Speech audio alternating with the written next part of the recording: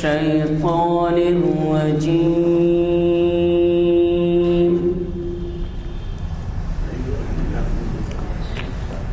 بسم الله الرحمن الرحيم.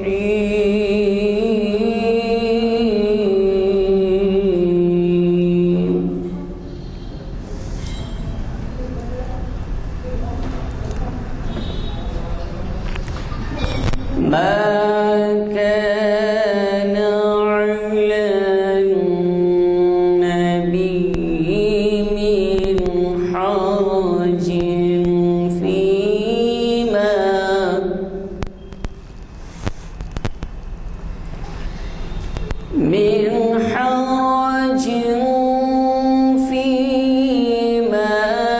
فرض الله له.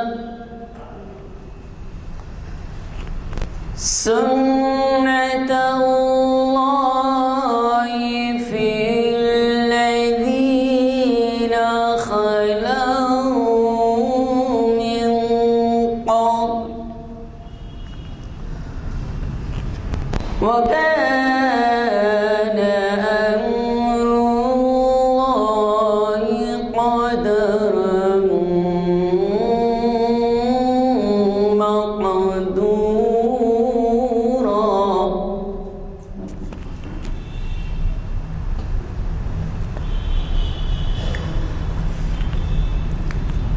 ما كان على النبي من حرج فيما فرض الله له.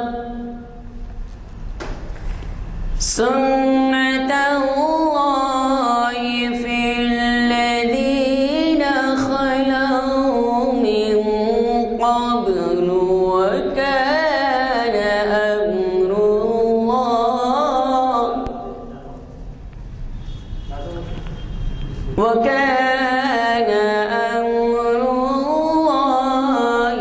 قدرا مقدورا.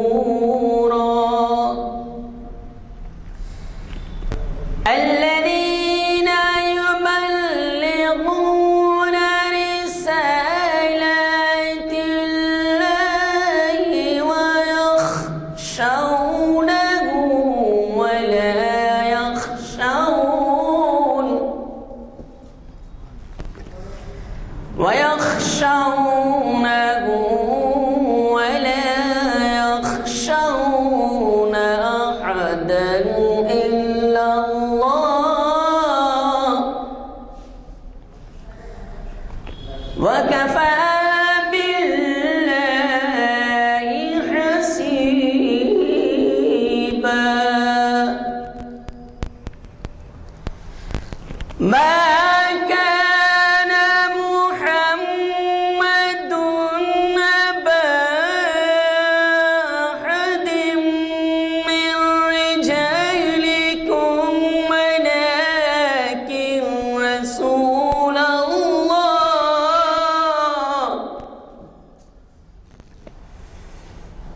ولكن رسول الله وخاتم النبيين وكان الله بكل شيء عليما. صدق الله العظيم.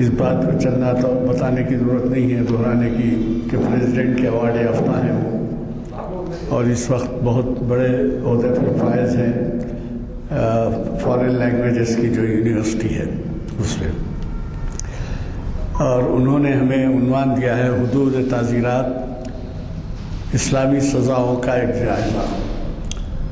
تعزیرات کا انگلش ترجمہ ہے پینل کوڈ یا پینل کے نام سے جو بولتے ہیں وہ تعزیرات کہلاتے ہیں، تو وہ خود اس کے بارے میں وضاحت کریں گے۔ تو آپ یہ بھی جانتے ہیں کہ اسلامی سزائیں دیگر لوگوں کی سزاؤں سے مختلف ہیں، سزاؤں کے مختلف تھیریز ہیں، تو اسلام میں جو ہے وہ ڈیٹرنٹ تھیری کہلاتی ہے۔ میں زیادہ تفصیل میں نہیں جاؤں گا، وہ خود مگر مجبور ہوں چونکہ پیشے سے وکیل ہوں، اس وجہ سے کچھ نہ کچھ کہوں اس کے بارے میں۔ تو یہ کہہ رہا تھا کہ وہ خود سمجھائیں گے آپ۔ یہ شرعیت انفارمیشن کی 791ویں نشست ہے، اور آج جامع مسجد عالیہ گن فاؤنڈری کے کانفرنس ہال میں بعد نماز عصر منعقد ہو رہی ہے 30 دسمبر 2019 مطابق 3 جمادی الاول 1441 ہجری۔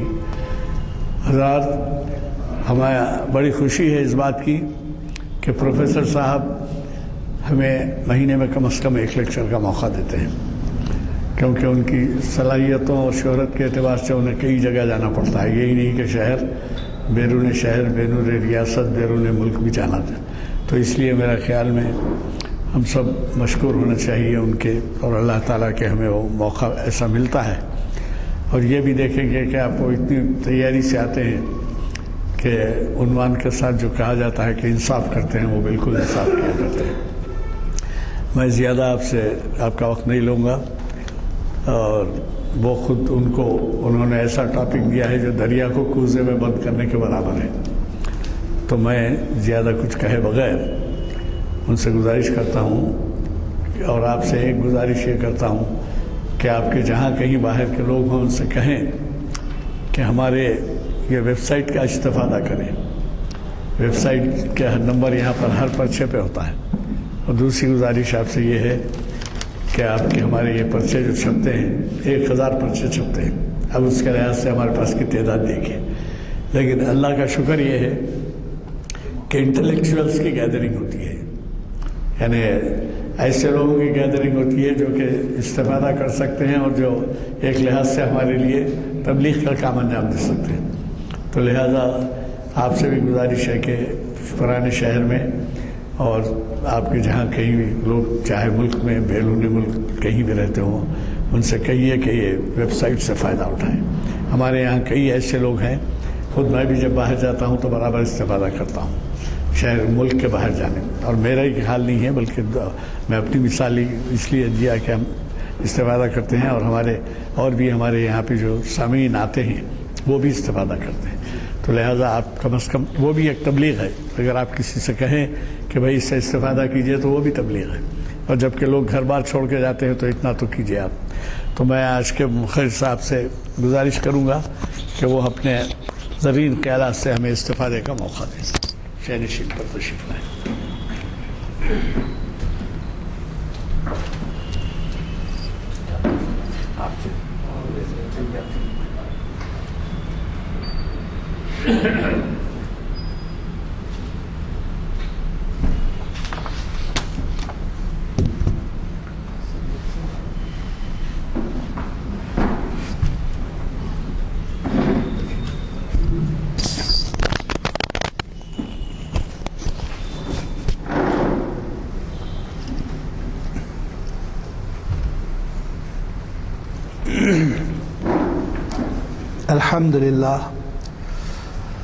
الحمد لله رب العالمين،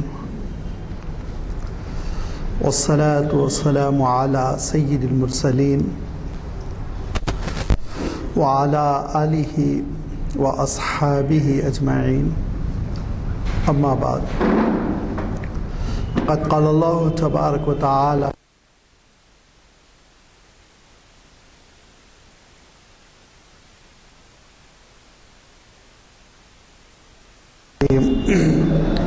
تلك حدود الله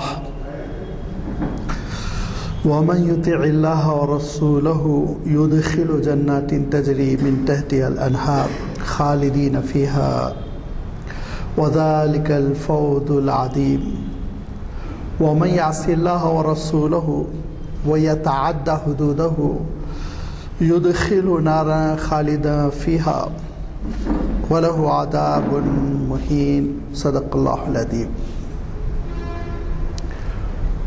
بزرگوں اور دوستوں، جیسے کہ آپ آج کے عنوان سے واقف ہو چکے ہیں کہ حدود و تعزیرات یعنی اسلامی سزاؤں کا جو کانسیپٹ ہے،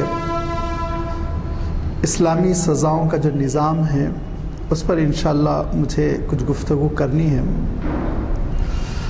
اگرچہ کہ یہ ٹاپک ایسا ہے، یہ عنوان اور یہ موضوع ایسا ہے کہ اس پر کوئی قانون داں گفتگو کرتا تو بہتر ہوتا۔ اب میں جو گفتگو کروں گا تو قرآن مجید کے ایک طالب علم کی حیثیت سے گفتگو کروں گا، اور اللہ تعالیٰ نے اسلامی سزاؤں کے سلسلے میں جو احکام بیان فرمائے ہیں ان کا لب لباب اور خلاصہ آپ کی خدمت میں رکھنے کی کوشش کروں گا۔ گفتگو کے آغاز میں نے ایک آیت کا سہارا لیا جس میں اللہ تعالیٰ ارشاد فرماتا ہے تلک حدود اللہ۔ کچھ احکام بیان کرنے کے بعد باری تعالیٰ کا فرمان ہے کہ دیکھو یہ اللہ کی حدیں ہیں۔ حد اردو میں بھی ہم استعمال کرتے ہیں، بڑا معروف لفظ ہے۔ یہ حد سے آگے بڑھ گیا ہم کہتے ہیں۔ اصلاً تو حدہ عربی میں آتا ہے لائن کھینچ دینے کو۔ اگر آپ کو ایک لائن ڈرا کریں،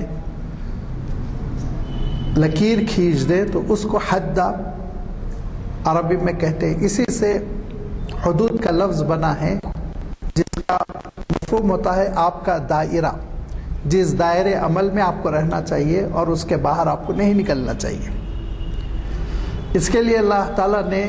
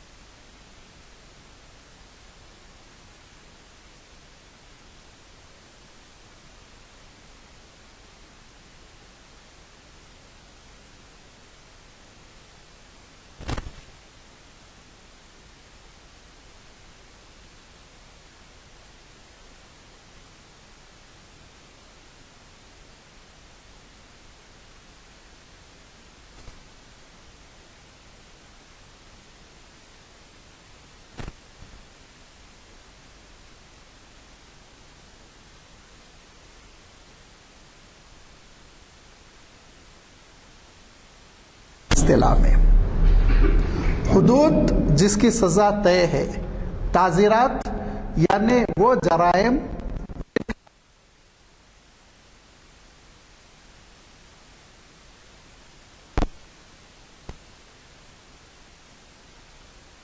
العبد بالعبد والانثى بالانثى۔ آگے ارشاد فرمایا فمن عفی له من اخیہ شیء فاتباع بالمعروف واداء الیہ باحسان ذلک تخفیف من ربکم ورحمہ۔ بڑی لمبی تفصیل اللہ تعالیٰ نے کر دی کہ اگر تمہاری سوسائٹی میں قتل ہو جائے گا تو سب سے پہلے تو یہ دیکھا جائے گا کہ یہ قتل عمد ہے یا قتل خطا ہے، ایکسیڈنٹلی ہو گیا غلطی سے یا جان بوجھ کر ہتھیار کے ساتھ کیا ہے۔ اب جان بوجھ کر ہتھیار کے ساتھ کیا ہے تو پھر میں بہت مختصر بول رہا ہوں، یہ فقہ کی اور قانون کی کتابوں میں تفصیل ملے گی، میں صرف حکمت بیان کرنے کے لیے اختصار سے تعارف کرا رہا ہوں۔ کہ اگر جان بوجھ کر کسی ہتھیار سے، کسی بڑے پتھر سے کسی کو قتل کر ڈالا گیا تو اس کے لیے فرمایا وَلَكُمْ فِي الْقِصَاصِ حَيَاتٌ يَا أُولِي الْأَلْبَابِ، خون کا بدلہ خون ہے۔ جو آپ جانتے ہیں اسلامی عدالت میں جو فیصلہ ہوگا تو مجرم کو سولی پہ چڑھا دیا جائے گا، مجرم کا کام تمام کر دیا جائے گا۔ اس کے لیے بہت ہی زبردست قسم کی دقیق شرطیں ہیں، اس شرطوں کے پورا ہونے کے بعد جج صاحب فیصلہ کریں گے۔ اور ایک بات یاد رکھیے، جتنی اسلامی سزائیں ہیں ان کے بارے میں یہ وضاحت ہر فرد کے ذہن میں رہنا چاہیے کہ اس کا فیصلہ سوسائٹی نہیں کر سکتی، صرف اور صرف عدالت کو اختیار ہے۔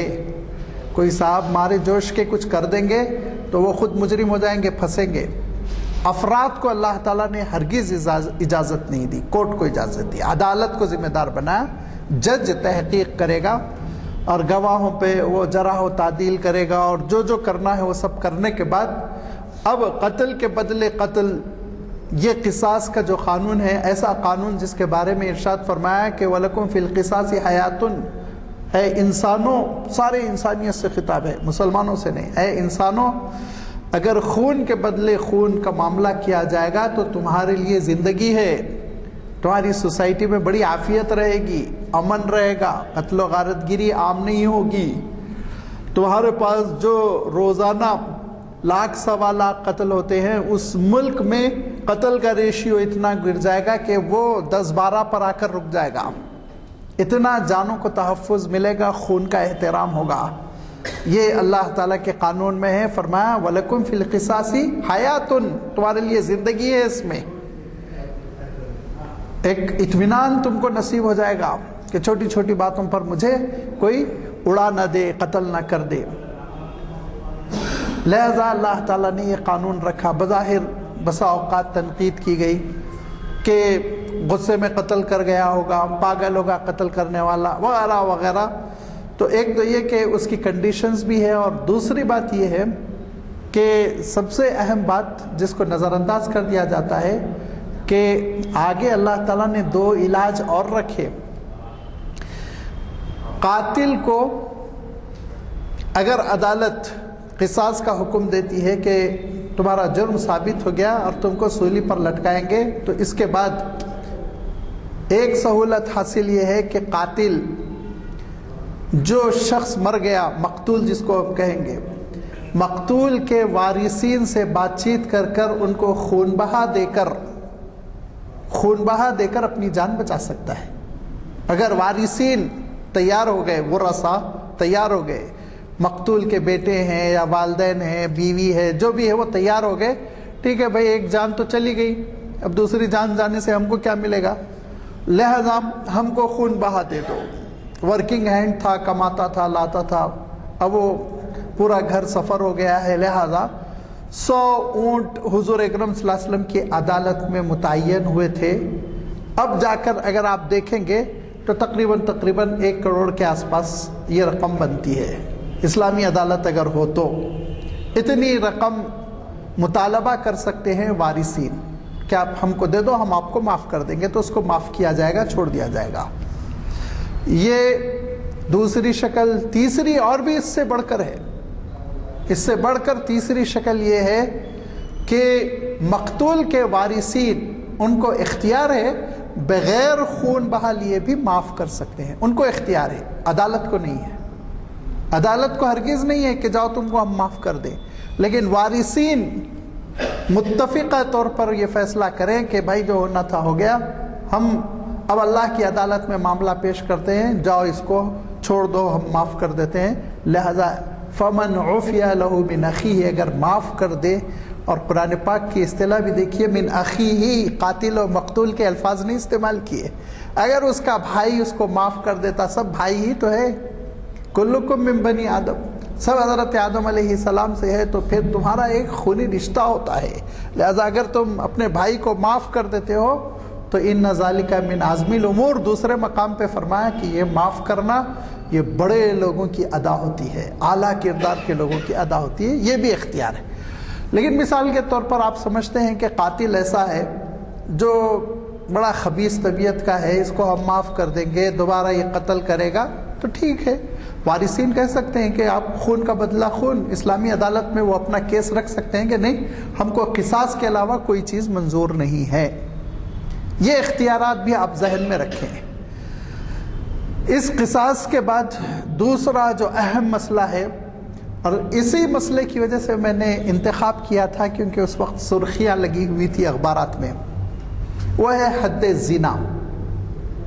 حد زنا کے سلسلے میں سورۃ النور میں اللہ تعالیٰ نے ارشاد فرمایا، کیونکہ حد زنا ہی کے سلسلے میں اخبارات میں یہ آ رہا تھا کہ فلاں اپوزیشن لیڈر نے اور فلاں وزیر نے اور فلاں خاتون نے تقریر کرتے ہوئے کہا کہ ان کو پتھر مار مار کے ہلاک کر دو، کسی نے کہا کہ جو اسلامی سزا ہے سنسار کرنا ان کو کر دو، اور اس کے بعد پھر آپ جانتے ہیں کہ وہی ہوا، غیر قانونی انداز میں ہوا۔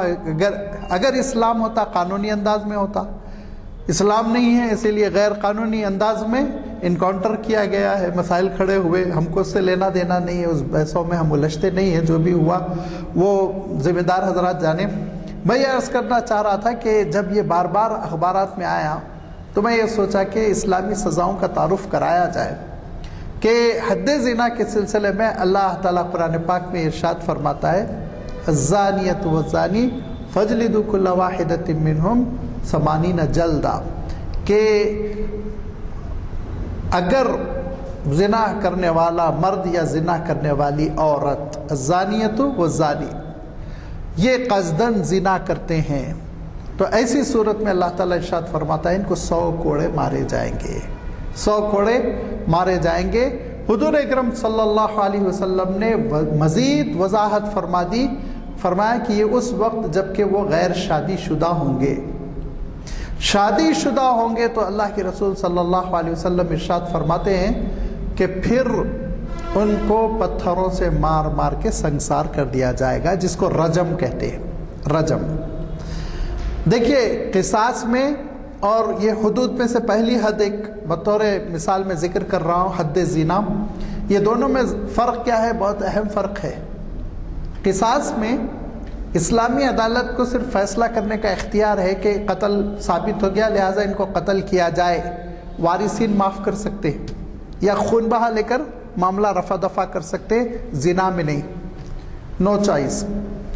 ایک ہی زنا اگر ثابت ہو جائے تو ایک ہی سزا ہے، دوسری نہیں ہے، پھر کوئی معاف کرنا یہ سب نہیں ہے۔ پھر جس کے ساتھ زنا ہوا وہ یہ کہے کہ زنا بالجبر کیا لیکن میں اس کو معاف کرتی ہوں، نہیں، آپ نہیں۔ اب یہ اب سوسائٹی کا مسئلہ ہے، آپ کے ہاتھ میں نہیں ہے، پرسنل نہیں ہے، اب آپ معاف نہیں کیا جائے گا، لہذا ان پر یہ سزا جاری ہوگی۔ غیر شادی شدہ ہے 100 کوڑے، شادی شدہ ہے پتھر سے مار مار کے ہلاک کیا جائے گا۔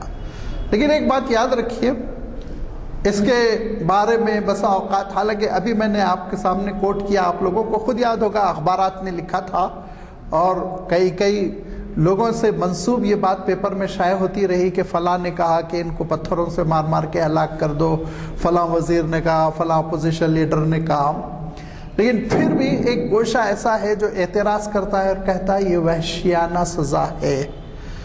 تو ان حضرات کو یہ پتہ لگنا چاہیے، معلوم ہونا چاہیے کہ کنڈیشنز بھی تو دیکھیے آپ، اتنی شرطیں ہیں۔ مثلا ایک ہی شرط کا میں تذکرہ کر دوں، کیونکہ یہ شرطوں کا تذکرہ، تفصیل کا تذکرہ تو لازمی بات ہے، فقہ کا، قانون کا موضوع ہے، ایسی سرسری گفتگو ہم تھوڑی کر سکتے ہیں۔ ایک ہی شرط کے 4 گواہ ہونا چاہیے، 4 گواہ۔ اب آپ سوچئے کہ وہ واقعہ جو چھپ کے کیا جاتا ہے اس کو 4 لوگوں نے دیکھ لیا، اس کے معنی دونوں کے دونوں یا ایک کم سے کم کتنا جری تھا، کتنا عادی تھا کہ کھلم کھلا کر گیا، 4 لوگ دیکھ سکے اس کو۔ اچھا 4 لوگوں میں ایک صاحب بھی مثلا ان کے اوپر شراب پینے کی سزا کبھی زندگی میں جاری ہو چکی ہے، ان کی گواہی نہیں قبول کی جائے گی، ریجیکٹ۔ ایک صاحب مثلا نابینا ہے، گواہی دے رہے ہیں، ان کی گواہی نہیں قبول کی جائے گی۔ عقل و دانش و بینش رکھنے والے دیندار قسم کے 4 معتبر گواہ گواہی دے، تب جا کے یہ سزا جاری ہوگی۔ اور اس میں سے 2 گواہ مثلا متردد ہے، پلٹ جاتے ہیں بول کے، تو پھر جج کو اختیار ہے کہ اس کو حد زنا سے نکال کر تعزیرات میں داخل کر دے۔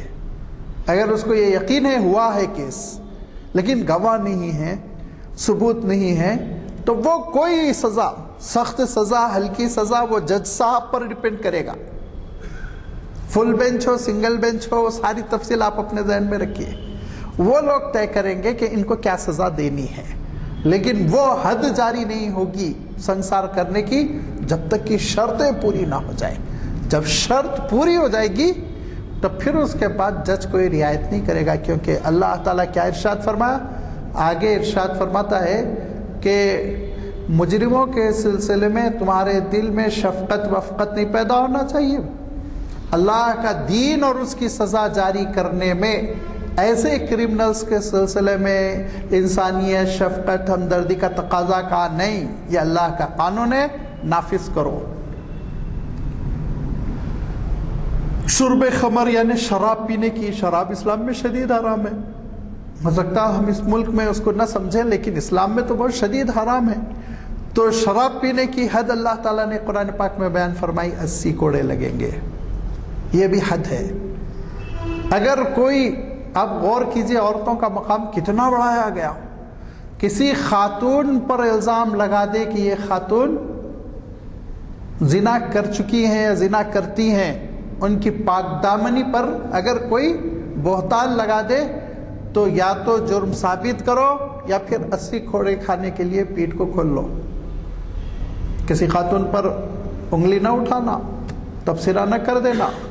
یہ انڈین میڈیا کی طرح نہیں ہے، کسی کی بھی کردار کشی کر دی جائے گی، اس کی شخصیت کو مسخ کر دیا جائے گا، اس کے پوری تاریخ کو تباہ کر دیا جائے گا، بیچاری کی محنتوں پہ پانی پڑ گیا یا بیچاری کی شخصیت پہ پورا کا پورا دھول غبار ڈال دیا، کہیں جینے کے قابل نہیں رہ گئے، ایسا نہیں ہوگا۔ یا تو جرم ثابت کریے، آپ ثابت کر دیں گے تو مجرم کو سزا، ثابت نہیں کر سکیں گے تو آپ کو 80 کوڑے، آپ کو 80 کوڑے پڑیں گے کا۔ اس کو حد قذف کہتے ہیں۔ یہ وہ حدود ہے جس کو قرآن مجید میں جس کی اللہ تعالیٰ نے سزائیں بیان فرما دی۔ باقی جو تعزیرات ہے اس کے سلسلے میں میں عرض کر چکا ہوں کہ تعزیرات کی تفصیل ہے، اور تعزیرات کے سلسلے میں جج فری ہے، وہ حکومت سے مشورہ کر سکتا ہے، اپنے ساتھیوں سے، حالات کے لحاظ سے سزا سخت ہوگی، حالات کے لحاظ سے سزا ہلکی ہوگی، وہ سب اس کے اوپر ڈیپینڈ کرتا ہے۔ عام طور پر جن جرائم کا ثبوت نہ مل سکے تو وہاں پھر وہ جرائم کے اوپر تعزیرات ہی جاری کی جاتی ہیں، اور جو نئے قسم کے جرائم ہیں جن کا قرآن پاک میں سزاؤں کا تذکرہ نہیں ہے تو وہ جرائم کے سلسلے میں بھی قاضی کو، جج کو اختیار رہے گا کہ وہ تعزیرات نافذ کرے۔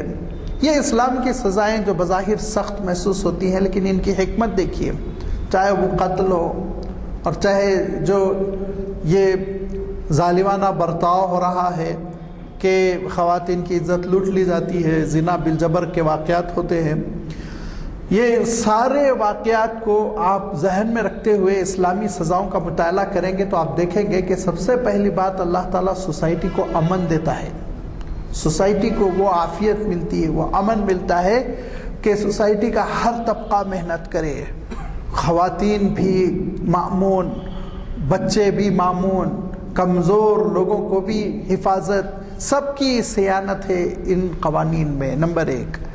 نمبر 2 حکمت جو ہے ان سزاؤں کی کہ اسلامی سزائیں چار دیواری میں نہیں دی جاتی ہیں۔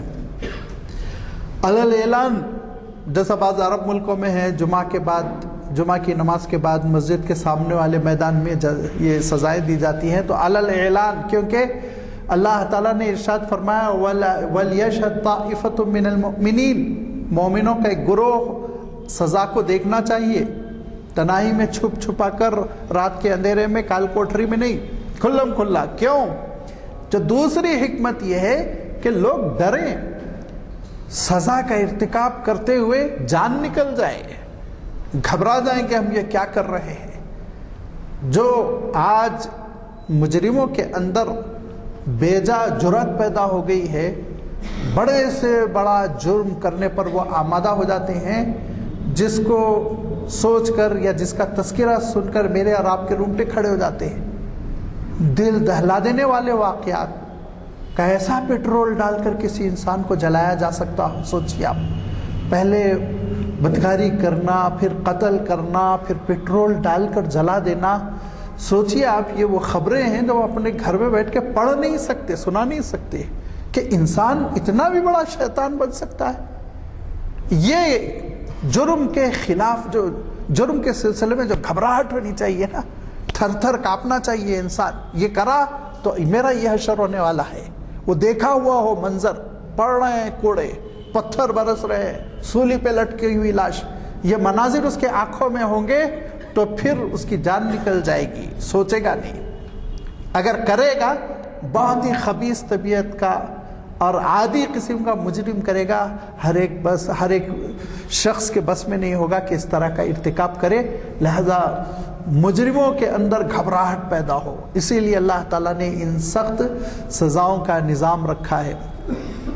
تیسری چیز کی جانب میں آ رہا ہوں، اگرچہ کہ اس کے سلسلے میں تھوڑا سا علماء میں اختلاف ہے، لیکن میں وہ رائے لیتا ہوں جس رائے پر بڑے بڑے ائمہ ہیں اور جو دل کو لگتی ہے، اور جس کے انشاءاللہ میں دلائل بھی دوں گا۔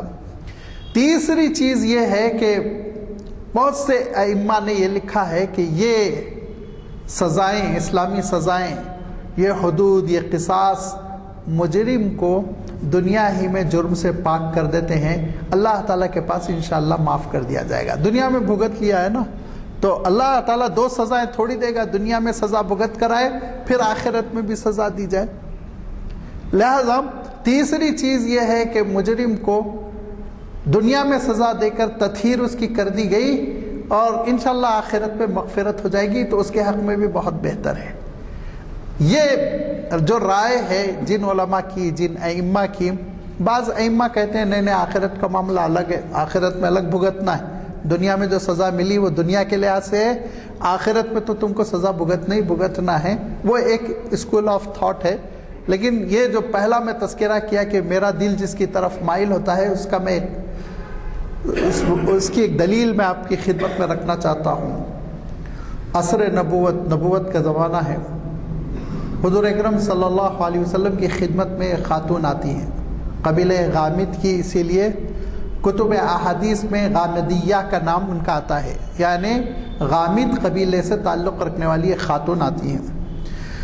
آنے کے بعد وہ یہ کہتی ہیں کہ اللہ کے رسول، مجھ سے زنا کا جرم سرزد ہو گیا، مجھے سزا دیجیے، میں اس گناہ سے اپنے آپ کو دھو لینا چاہتی ہوں، پاک کر لینا چاہتی ہوں۔ تو حضور اکرم صلی اللہ علیہ وسلم نے فرمایا ثبوت کیا ہے؟ کہا ثبوت میرے پیٹ میں جو حمل ہے وہ ہے۔ تو حضور نے کہا تم حاملہ ہو؟ کہا ہاں میں حاملہ ہوں۔ کہا اچھا ٹھیک ہے، ڈیلیوری کے بعد آنا، بچے کی ولادت کے بعد آنا۔ 9 مہینے کے بعد یا 8 مہینے 10 مہینے کے بعد وہ آتی ہے شیرخوار بچے کو گود میں لے کر، پھر وہ مطالبہ کرتی ہے اللہ کے رسول میرے ضمیر کو پاک کر دیجئے، میں بے چین ہوں۔ حضور اکرم صلی اللہ علیہ وسلم نے فرمایا کہ تم کو اب بھی اعتراف ہے کہ تم نے گناہ کیا؟ کہا یقینی ہے۔ کہا بچہ چھوٹا ہے تمہارا، اس بچے کو ذرا بڑا کر دو، پال پوس کر اس کی پرورش کر تھوڑا سا بڑا کر دو، پھر آنا۔ پھر آئی وہ اللہ کی بندی، اور بچہ جو ہے آپ حدیث کی کتابوں کو اٹھا کر دیکھیے کہ اتنا بڑا ہو چکا تھا کہ جب تیسری مرتبہ آئی تو ایک ہاتھ میں بچے کے روٹی تھی جو کھا رہا تھا، اور ایک ہاتھ سے ماں کا ہاتھ پکڑا ہوا وہ خود چلتا ہوا آیا، یعنی کم سے کم 2.5-3 سال کا بچہ ہو چکا تھا۔ پھر آ کے کہتی ہے کہ اللہ کے رسول میرا ضمیر مطمئن نہیں ہے، مجھے میرے گناہ کی سزا دے دیجئے۔ حضور اکرم صلی اللہ علیہ وسلم فرماتے ہیں کہ دیکھو غلط فہمی تو نہیں ہے تم کو؟ کہا نہیں، مجھے غلط فہمی نہیں ہے، یہ مجھ سے گناہ ہوا ہے۔ 3 بار مہلت دینے کے باوجود، اور بعض روایتوں میں آتا ہے اللہ کے رسول صلی اللہ علیہ وسلم نے یہ جو مہلتیں دی اسی لیے دی تھی کہ رحمت للعالمین چاہتے تھے کہ ٹال جائے، وہ کہیں چلی جائے، اپنی زندگی بسر کر لے، جو ہونا تھا ہو گیا۔ یہ بھی ایک نقطہ ہے، یاد رکھیے، اسلامی سزاؤں میں اس بات کی پوری کوشش کی جائے گی پہلے کہ معاملہ ٹل جائے، اسلامی عدالت تک نہ آئے، سوسائٹی میں خود معاف کرا دیا جائے، کچھ ہو جائے، صلح وغیرہ، لیکن اسلامی عدالت میں آئے گا تو پھر قرآن مجید کے مطابق سزا ہوگی، پھر نہیں ٹلے گا۔ لہذا وہ خاتون آپ صلی اللہ علیہ وسلم چاہتے تھے کہ اپنی پازیٹیو لائف کہیں جا کے بسر کر لے، لیکن وہ خاتون مان ہی نہیں رہی تھی، بار بار اسلامی عدالت میں آ رہی تھی، اور بار بار اسلامی عدالت میں آنے کے باوجود سزا نہ دینے کے معنی ہوتے تھے کہ اسلامی عدالت کمزور ہے، ایکٹیو نہیں ہے، بے جان ہے، اسلام کے نظام پر انگلی اٹھتی۔ اب معاملہ دوسرا تھا، تو حضور اکرم صلی اللہ علیہ وسلم نے اعلان کیا، کوئی ہے تم میں سے جو بچے کو گود لے لے، کوئی بچے کی پرورش اور نگہداشت کی ضمانت لیتا ہے؟ تو ایک صاحب کھڑے ہوئے نے کہا میں پالوں گا، یہ بچہ میں لے لیتا ہوں۔ لہذا بچہ ان کے حوالے کیا گیا، اور حضور اکرم صلی اللہ علیہ وسلم نے اہلکاروں کے حوالے کیا کہ ان کو لے جاؤ فلاں میدان میں اور ان پر حد جاری کر دو۔ اب جب میدان میں لے جایا گیا اور ان کو کپڑوں سے ساتر کر دیا گیا، جیسے اسلام کا نظام ہے، ایسے ننگا برہنہ نہیں کیا جائے گا، اس کپڑوں سے ساتر کرنے کے بعد سے جب سنساری شروع ہوئی، پتھر سے مارنا شروع ہوا، تو ذرا خاتون ادھر ادھر دوڑی، لیکن چاروں طرف سے اہلکار سزا دے رہے تھے، اور پھر اتفاقاً ایک زخم سے خون کا چھینٹا اچھلا اور ایک صحابی کے دامن پر آ کر گرا، تو انہوں نے بڑی کراہیت کا اظہار کیا، چھی چھی چھی۔ حضور اکرم صلی اللہ علیہ وسلم اس کراہیت کے اظہار پر جو رد عمل فرماتے ہیں، اس سے مجھے استدلال کرنا ہے۔ حضور اکرم صلی اللہ علیہ وسلم فرماتے ہیں تم کراہیت کر رہے ہو؟ فرمایا کہ اس کی توبہ ایسی توبہ تھی، اگر 70 مدینے والوں پر تقسیم کر دوں تو ان کی مغفرت ہو جائے۔ اس کے معنی یہ کہ اسلامی سزاؤں سے گناہوں کا کفارہ ہو جاتا ہے۔ تبھی تو آپ نے فرمایا نا، یہ خون کراہیت کے قابل نہیں رہ گیا، یہ خون کراہیت کے قابل نہیں رہ گیا، یہ خون تو ایسا خون ہو گیا ہے کہ 70 اہل مدینہ، ہمارے زمانے کا مدینہ ہے، حضور کے زمانے کا مدینہ ہے نا، کون ہے مدینے والے؟ صحابہ ہے نا۔ اب آپ ذرا سوچئے، گویا حضور اکرم صلی اللہ علیہ وسلم کی حدیث کا ترجمہ ہے کہ 70 صحابہ رسول میں بھی خون تقسیم، توبہ تقسیم کر دی جائے تو ان سب کی مغفرت کے لیے وہ توبہ کافی ہوگی۔ اسے پتہ چلتا ہے، جو تیسری بات میں عرض کر رہا تھا، پہلی بات تو یہ کہ سوسائٹی کو امن نصیب ہوتا ہے، دوسری بات یہ کہ مجرمین کے دل میں گھبراہٹ پیدا ہوتی ہے، جرم سے، جرم کا ارتکاب کرنے سے ڈریں گے وہ، تیسری بات یہ کہ خود جرم کرنے والے کے لیے کفارہ ہو جاتا ہے، آخرت کا معاملہ حل ہو جائے گا انشاءاللہ۔ انشاءاللہ اللہ تعالیٰ انشاءاللہ آخرت میں معاف کر دے گا، اور وہ تو ہے ہی ارحم الراحمین، وہ تو اپنی رحمتوں کے لیے بہانے تلاش کرتا ہے۔ تو جب بندہ اتنا کچھ بھگت کر آئے گا تو اب ذرا سوچئے کہ یہ گھاٹے کا سودا نہیں ہے، اسلامی سزائیں یہ گھاٹے کا سودا نہیں ہے۔ اب یہ سخت نہیں ہے، بظاہر سخت محسوس ہوتی ہیں لیکن حقیقت میں یہ سخت نہیں ہے، اور اسی لیے حضور اکرم صلی اللہ علیہ وسلم ان اسلامی سزاؤں کے نافذ کرنے میں غیر معمولی حساس ہوا کرتے تھے۔ وہ بھی میں اشارہ کر دوں کہ ایک اچھے بڑے قبیلے کی خاتون نے چوری کر دی اور ان کی چوری ثابت ہو گئی۔ اب چوری کا تذکرہ ہوا تو یہ بھی بتا دوں میں کہ دیکھیے، ہر چوری پہ ہاتھ نہیں کٹتا، ہر چوری اس کی بھی بڑی شرطیں ہیں۔ آپ نے مال کو محفوظ کیا تھا، تجوری میں رکھ کے تالا لگایا تھا، پلیٹ فارم پر اگر کوئی سوٹ کیس لے کے بھاگ جائے تو اس کا ہاتھ نہیں کٹے گا، نہیں کٹے گا، تعزیرات میں جائے گا وہ کیس۔ ہاتھ کٹنے کی جو حد ہے اس کے لیے جو شرطیں ہیں، سب سے پہلی شرط مال متقوم، قیمتی مال ہونا چاہیے۔ حضرت عمر کے پاس مجرم کو لایا گیا کہ 2-4 کنٹل کھجور، 2-4 کلو کھجور لے گئے، بھاگ گئے تھے۔ حضرت عمر نے کہا کھجور پہ تھوڑی ہاتھ کاٹیں گے، ارے بھائی ہو سکتا ہے اس کے بچے بھوکے رہے ہوں گے، پریشان رہا ہوگا، تھوڑا کچھ ڈانٹو وانٹو، یا اگر دیکھو واقعی مجرم ہے تو 4 لاٹھی مارو، چھوڑو، بولے ہاتھ نہیں کٹے گا ایسا۔ ہاتھ کٹنے کے لیے شرط یہ ہے کہ مال کی ایک اہمیت ہو۔ وہ اہمیت کیا ہونی چاہیے؟ وہ فقہاء نے بحث کی۔ نمبر 2، وہ مال محفوظ کر دیا گیا ہو، تجوری میں رکھا گیا ہو، کمرے میں تالا تھا، یہ جو بھی حفاظت کے انتظامات ہیں، اتفاقاً پوٹلی تھی وہ رکھ دی تھی سڑک پر، ٹرین میں رکھ کے بھول گئے تھے، یہ سب پھر حد نہیں جاری ہوگی، دوسری سزائیں دے لیں گے۔ لیکن حد کے لیے شرط ہے مال محظور ہو یعنی محفوظ کر دیا گیا ہو. اور پھر یہ ہے تیسری شرط کے کرنے والا عاقل و بالغ ہو. بچہ اٹھا کے لا لیا تھا نہیں، اس کو تھوڑی سزا دی جائے گی. اور حضرت عمر رضی اللہ تعالیٰ عنہ تو ایک کام اور کرتے تھے.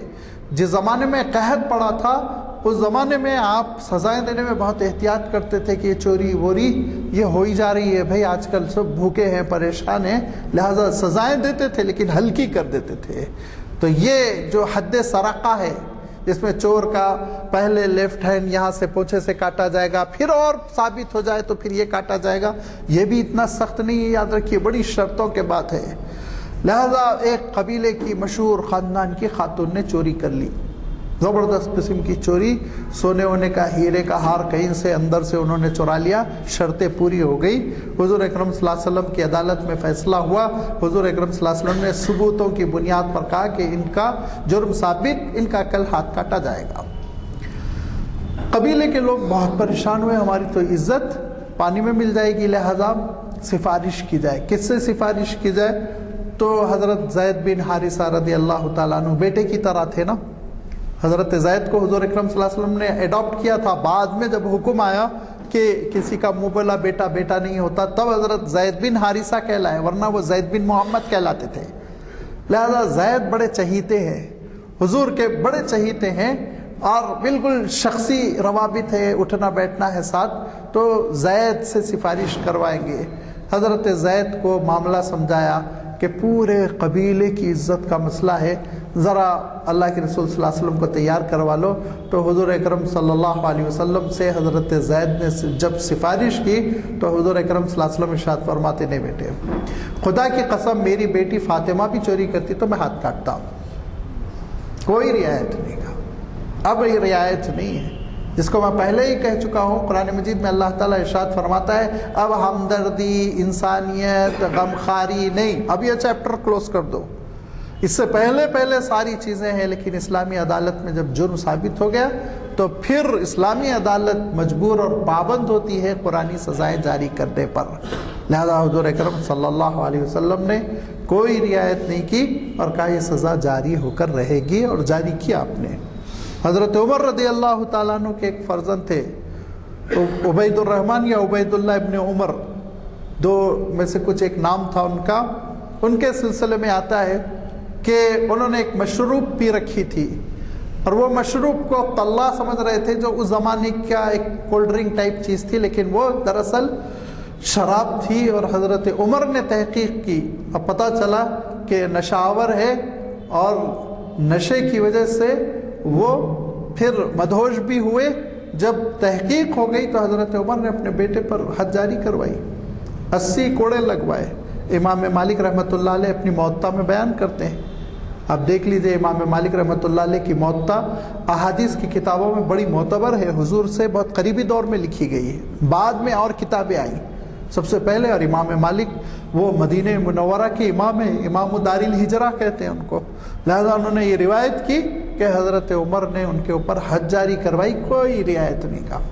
وی آئی پی کلچر نہیں چلے گا کہ امیر المومنین ہے، ان کا بیٹا ہے، غلطی کر گیا معاف کر دیا جائے، ایسا نہیں. میں حد کھلے عام حد جاری کرواؤں گا.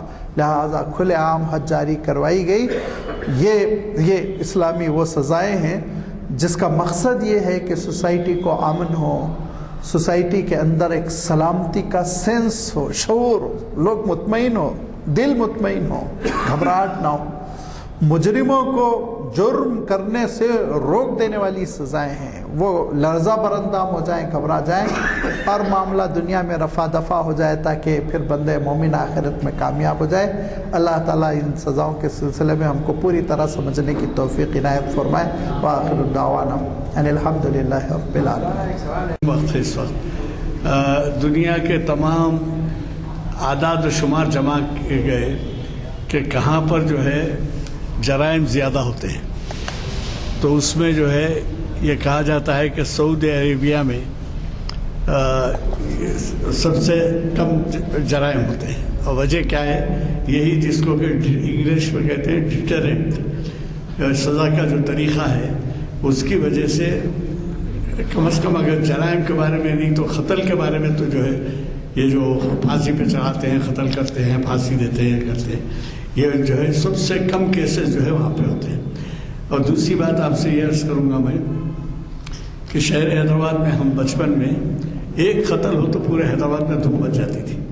آج اخبارات اٹھا کے دیکھیے، پرانے شہر میں قتل زیادہ ہے، ایک ایک فیملی میں 2 3 قتل، اور کوئی دن نہیں جاتا جب کہ آپ نہیں دیکھتے کہ وہاں پہ فساد، یعنی میں دیگر جرائم کا نام نہیں لیتا، لیکن ہر قسم کے جرائم میں مبتلا ہے، اور اس کو انگریزی اخبار بہت ہی نمایاں طور پہ شائع کرتے ہیں۔ مطلب یہ ہوتا ہے کہ آپ ہم اس قسم کے طرز زندگی میں ہیں کہ جہاں پر قتل و خون غارت گری کے سوا کچھ اور نہیں۔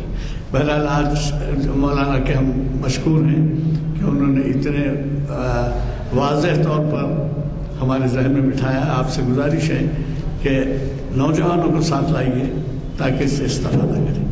یہ آپ کی شخصیت ایسی ہے کہ اب سامنے بیٹھ کے تعریف کرنا نہیں ہے۔ آپ جو چریان پیلیس میں جو ہفتہ وار خطاب ہوتا ہے آپ کا، شہر کے مختلف مقامات سے کھینچے چلے آتے ہیں لوگ، گاڑیوں کی قطار ہے کہ لگی ہوئی ہوتی ہے، 7:15 بجے شروع ہوتا ہے، آج کل 7:15 بجے شروع ہوتا ہے، 1 گھنٹے کے لیے۔ ہماری مسجد سے بھی کارس میں جاتے ہیں لوگ۔ تو بہرحال استفادہ کیجیے، اور ہم اللہ کا شکر ادا کرتے ہیں کہ مولانا جو ہے اس کے باوجود کہ ان کا بڑا شیڈیول بہت ہی ٹائٹ ہوتا ہے اور ہم کو وقت دیتے ہیں۔ دعا فرمائیے۔ سبحان اللہ بحمدہ، سبحان اللہ العظیم، نشہد ان لا الہ الا انت، نستغفرک و نتوب الیک۔